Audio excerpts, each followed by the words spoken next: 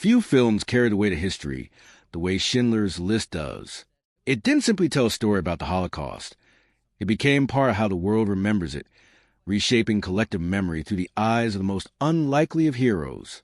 But behind the finished film lies a series of hidden decisions, personal struggles, and creative risks that most audiences never knew existed. Secrets buried for years, some by design, others simply lost beneath the film's overwhelming legacy. To understand what this film truly is, you have to understand what it almost wasn't, and that begins with the man who made it and nearly didn't. Steven Spielberg first acquired the rights to Thomas Keneally's novel in 1982, but for nearly a decade, he kept walking away from it, not because the project lacked interest, but because he couldn't bring himself to begin. He privately admitted he wasn't emotionally prepared to carry a story of this weight. He offered the director's chair to others. Roman Polanski, Martin Scorsese, and Billy Wilder were each considered at different points and for different reasons. Polanski, himself a Holocaust survivor, felt too close to the material. Scorsese believed Spielberg was the right person all along. The project sat in quiet limbo, waiting for its director to catch up to it. What finally shifted wasn't inspiration, it was urgency. As Holocaust denial began gaining disturbing traction in public discourse during the late 1980s and early 1990s, the moral weight became impossible to ignore. Spielberg has described arriving on the Krakow set as one of the most overwhelming experiences of his career. The moment he understood that the story had always been waiting for him to be ready. The story of how the film came to exist is often told with dramatic embellishment, whispers of bidding wars and studio rivalries. The reality was more procedural, though no less interesting. Universal Pictures moved to secure the rights shortly after the novel's 1982 publication, with Spielberg's involvement tied to the project from early on. What complicated the path wasn't competition, but history. An older legal claim connected to MGM, rooted in a shelved 1960s attempt to bring a version of the Schindler story to the screen, had to be carefully untangled before Universal could fully proceed. Once the right situation was resolved, the project settled at Universal, where it sat untouched for years while Spielberg waited to feel ready. The lesson isn't one of Hollywood drama, but of legal patience. The film's path to production was shaped not by studio politics, but by the quiet, deliberate work of clearing the ground before anything could be built. In the spring of 1993, Spielberg was doing something few filmmakers had attempted in quite the same way, directing two wildly different productions almost simultaneously. Schindler's List was shooting in Poland while Jurassic Park was deep in post-production back in the United States. Using satellite communication, he reviewed visual effects footage for Jurassic Park between shooting days in Krakow, sending notes to his team in California from a set that could hardly have felt more different. One film was a landmark technological spectacle. The other was a stripped-back, deeply personal portrait of suffering and human courage. The emotional toll of that contrast was very real. Spielberg later recalled that after particularly brutal shooting days in Poland, he couldn't bring himself to watch dinosaurs on a screen. The tonal whiplash was simply too great, and the experience left him changed in ways that went beyond filmmaking. He has since spoken openly about Schindler's List as a film that finally made him confront his own identity as a Jewish man. Every major Spielberg production before this one had something in common: meticulous preparation, elaborate storyboards, carefully designed shot lists, visual set pieces planned weeks in advance. For this project, he threw all of it out. The decision was deliberate and deeply personal. He felt his usual approach would create a distance between the camera and the reality he was trying to capture. Instead, he gave cinematographer Janusz Kaminski the freedom to move fluidly, often shooting handheld, finding angles instinctively rather than from a pre-drawn diagram. The result was something that felt less like a traditional Hollywood production and more like discovered footage, raw, immediate, and unsettling. Spielberg resisted the instinct to compose beautiful images, but let drama build to grand visual crescendos. He wanted the camera to behave like a witness, not a narrator. That single choice gave the film its distinct texture, separating it visually from virtually everything else in his filmography. Finding a location that could credibly stand in for wartime Krakow was never going to be straightforward. Most European cities have been rebuilt, modernized, or altered beyond recognition in the decades since the Second World War. Krakow was a rare exception. Large sections of the city had survived with their pre-war architecture largely intact, making it one of the most historically preserved urban environments in Central Europe. The Jewish quarter of Kazimierz, in particular, provided an extraordinary backdrop, its narrow lanes and aging facades needing little dressing to feel authentic to the early 1940s. For the cast and crew, working within those real spaces had a psychological effect that went far beyond aesthetics. Standing in streets where the events depicted had actually unfolded created a sense of responsibility that shaped both performances and creative decisions. Krakow wasn't just a backdrop. It was a silent collaborator whose history spoke louder than any set dressing ever could. The original Plazo campsite had changed dramatically in the decades since the war. What was once a place of immense suffering had been partially built over, altered, and reclaimed by nature.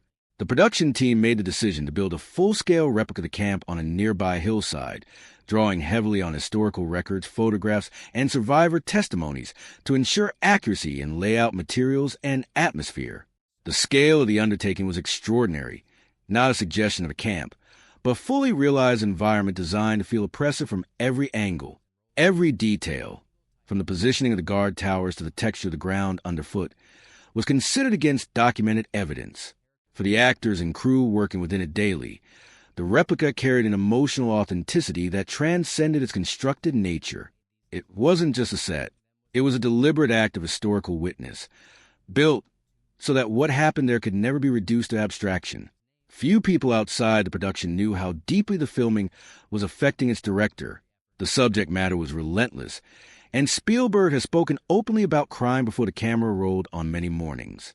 Something had to provide relief, and that something came from an unexpected source. Robin Williams, a close friend, took it upon himself to call Spielberg every week throughout the production. The calls were filled with improvised comedy, characters, and free-flowing humor, a deliberate effort to give Spielberg something to laugh about when the weight of material threatened to become unbearable. Williams asked for nothing in return. He simply understood that his friend needed a lifeline and showed up for him without hesitation. Spielberg has credited those calls as genuinely sustaining, a reminder that lightness and darkness can exist side by side without diminishing either. That quiet generosity off-screen shaped the man behind the camera, and by extension, what ultimately ended up on screen. Color was never seriously considered from the earliest stages of development. The decision to shoot in black and white was central to Spielberg's vision, not as a stylistic flourish, but as a moral and artistic commitment. He believed that rendering this story in full color would risk making it visually seductive, turning something that demanded sober witness into something that could be consumed as spectacle. Black and white also connected the film to the visual grammar of history. Documentary footage, press photography, and archival images from the era existed almost entirely in monochrome, and grounding the film in that same aesthetic created an immediate sense that what audiences were watching was not a dramatization, but a record. Universal Pictures was not initially enthusiastic.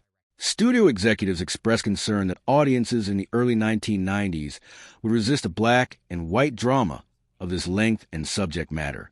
Spielberg held firm, and the result justified every conversation. The absence of color didn't diminish the film. It amplified it, stripping away anything that might soften reality being depicted. The production had access to historical consultants, archival records, and extensive research materials. But one source of authenticity couldn't be found in any archive: the lived memory of someone who had actually been there. That presence came through producer Branko Lustig, who had survived both Auschwitz and Bergen-Belsen as a child, carrying memories that no amount of research could replicate. Lustig didn't simply oversee logistics. He walked the sets and spoke quietly about what felt right and what didn't, drawing on recollections that no textbook could replace. His input touched everything from the atmosphere of specific scenes to details of behavior and language. There is a moment during the final sequence where Lustig himself appears on screen among the survivors, placing stones on Schindler's grave.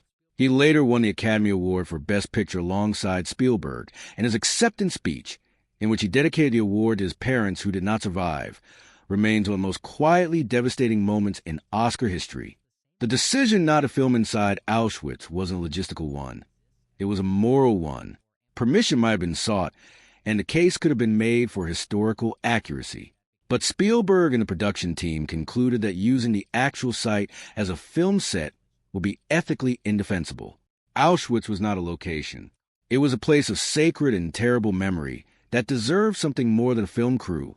Instead, scenes referencing the camp were recreated at carefully constructed sets elsewhere: the infamous gate, the processing areas, the interior spaces, all rebuilt with documented accuracy, but on ground that didn't carry the weight of the original site.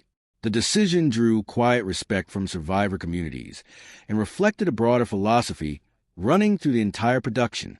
There were things this film would not do, places it would not go, and lines it chose not to cross, not because of what was legally permitted, but because of what was right. The role of Oskar Schindler demanded something specific: a man who could project charm, moral ambiguity, and quiet transformation without the audience ever quite being sure where his loyalties truly lay. Liam Neeson was well regarded in theater and had appeared in notable film roles, but in 1992, he was not a household name.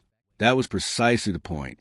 Spielberg wanted someone the audience would meet fresh, someone they could watch become Schindler rather than simply recognize. Neeson brought a physical presence and emotional restraint that served the role remarkably well. He conveyed Schindler's early opportunism without making him unlikable, and carried the character's gradual moral awakening with a subtlety that never tipped into sentimentality. The performance earned him an Academy Award nomination, and it remains a defining role of his career, proof that sometimes the right choice is the one the industry least expects. Among the film's most quietly powerful moments is a presentation of a ring engraved with a line from the Talmud: "Whoever saves one life saves the world entire." The ring was based on an actual gift presented to the real Oskar Schindler by the survivors he had protected. That historical detail gave the prop a weight the script alone could not manufacture. What makes the moment devastating is Schindler's response, his sudden, overwhelming recognition that he could have done more. Every possession he still holds becomes, in that instant, a life he failed to save. It is one of cinema's great emotional reversals, turning a scene of gratitude into one of grief. The ring doesn't just close the story. It opens a wound that the film leaves deliberately and honestly unhealed. That refusal to offer easy comfort is what makes the scene and the film itself so enduring. Itzhak Stern, as he appears in the film, is a calm and principled presence, Schindler's quiet moral conscience. But the character as written is not a direct portrait of a single individual. Stern was constructed as a composite, drawing on the lives and roles of several real people who worked alongside Schindler during the war. Screenwriter Steven Zaillian made these decisions carefully, compressing without distorting. A film of this length and scope couldn't give equal weight to every individual involved, and attempting to do so would have fractured the story's focus. By channeling multiple real people into one role, the film created a character substantial enough to stand beside Schindler without diminishing the truth of what each of those individuals actually did. Ben Kingsley's performance gave that composite humanity that honored all of them with quiet, unwavering dignity.